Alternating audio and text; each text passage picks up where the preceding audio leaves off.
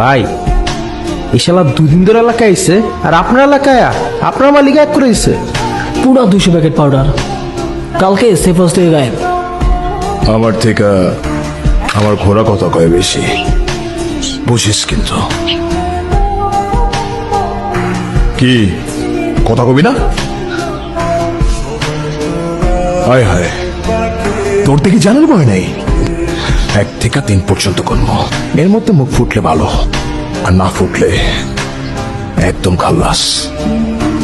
ভাইজান,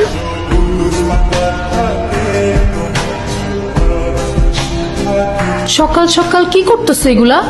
তোমার না কতবার বলছি বাড়ির মধ্যে এসব না করতে। এগুলা কি? দাও, এটা দাও। আমার কলেজের টুকরা বইন, ওর দিকে কেউ ভুলেও তাকায় না।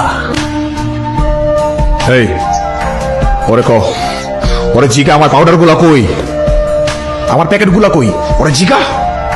মনসুর ভাই, আপনার প্যাকেট সেফ হাউসেই আছে।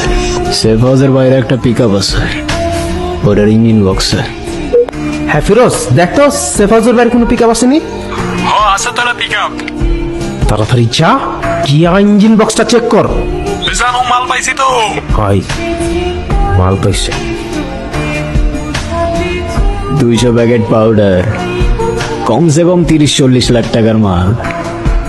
আপনার পোলাবানের চোখের সামনে দিয়া আপনার লকার থেকে গায়েব, আমার পিকআপের লোডেড, আর আমি আপনার সামনে। জিজ্ঞাসা করেন কেন? কেন? কারণ কালকে আপনার সেফ হাউসের রেড পড়ছিল। আমি যদি আপনার মাল না সরাইতাম না, আপনার 30-40 লাখ টাকার মাল পুরা খালাস। সেফ হাউসে যে রেড পড়বো এটা তুই জানোস কেমনে?